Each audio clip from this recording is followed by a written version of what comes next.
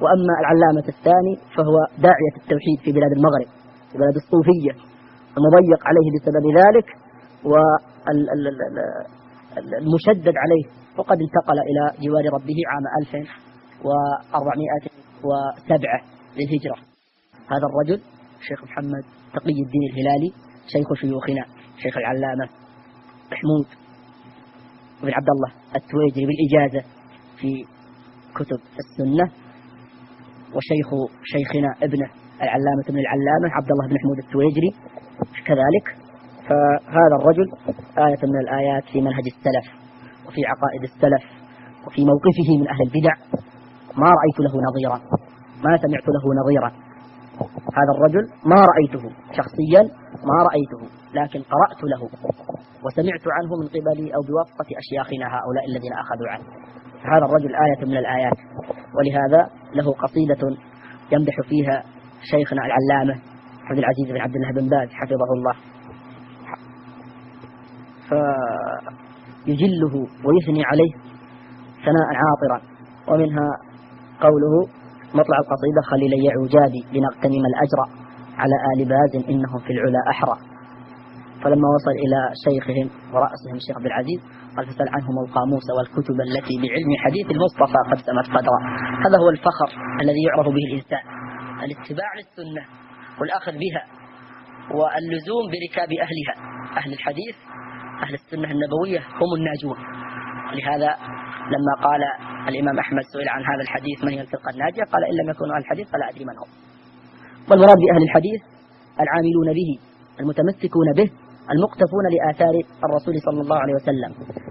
فإن كانوا من أهل الرواية والدراية فذلك خير على خير، وإن لم يكونوا من أهل الرواية وإنما كانوا من أهل الحديث في العقيدة في عقائدهم، ومن أهل الحب لأهل الحديث والملازمة لهم والسماع والأخذ عنهم والتفقه على أيديهم، فهؤلاء أيضا على خير كثير.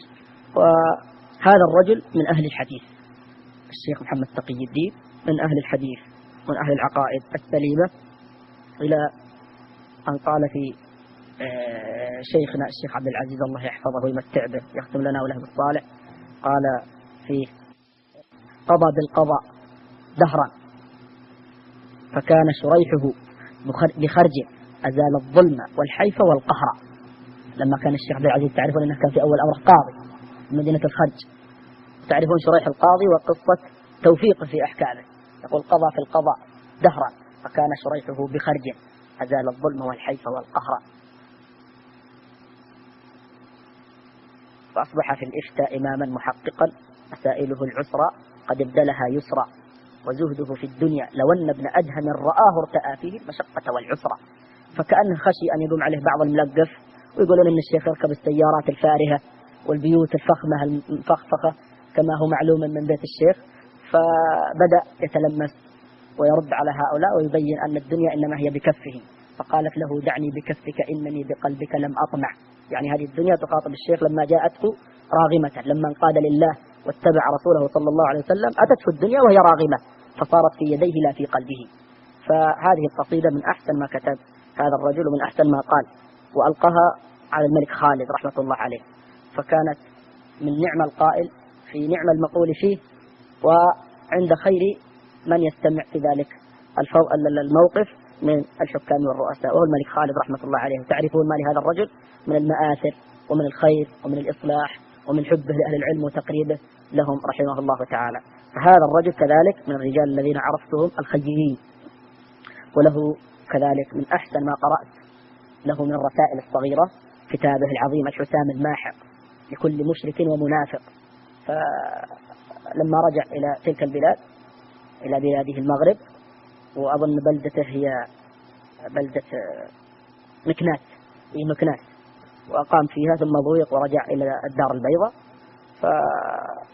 فضويق مضايقة شديدة، وألف كتابه الحسام الماحق لكل مشرك ومنافق. ومن يعني كمل أو عارض فيه قصيدة الشيخ ملا عمران رضوان اللنجي.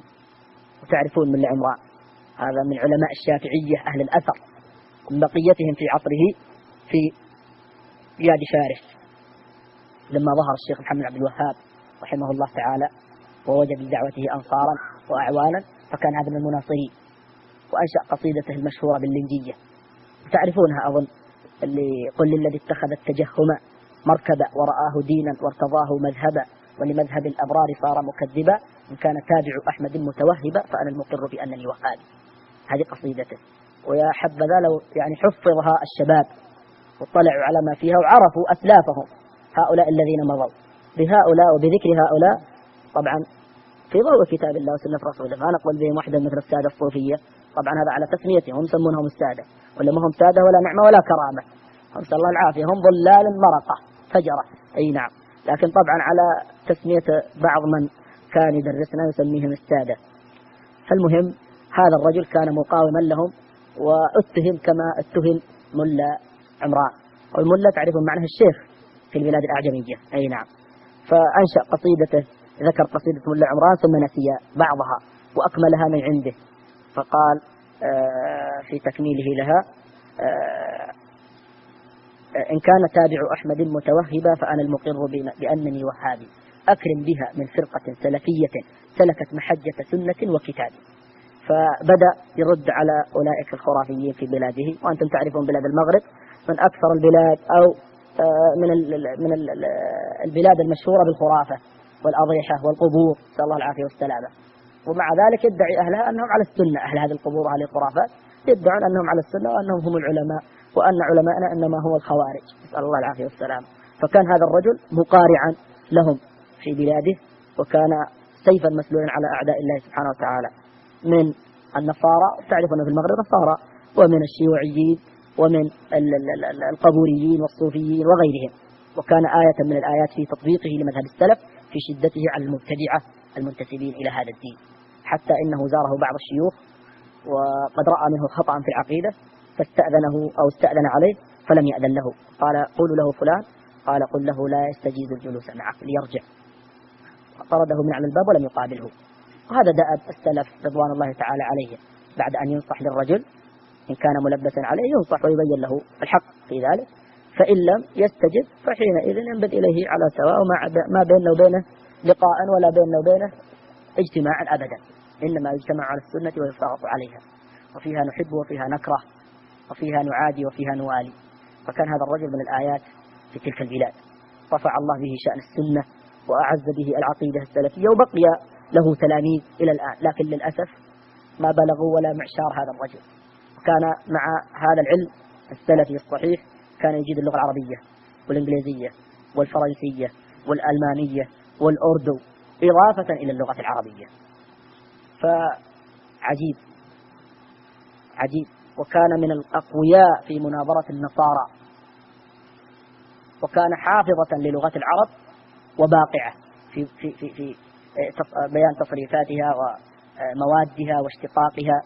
فكان هذا الرجل محط يعني إعجاب كثير من مشايخنا في هذه البلاد ويثنون عليه، وناهيك بشيخين اثنين يثنون عليه، الشيخ عبد العزيز الله يحفظه يثني عليه ثناء عاطر، وكذلك شيخنا العلامة الشيخ محمود بن عبد الله التويجري الشايب الوالد الله يحفظه ويمتع به.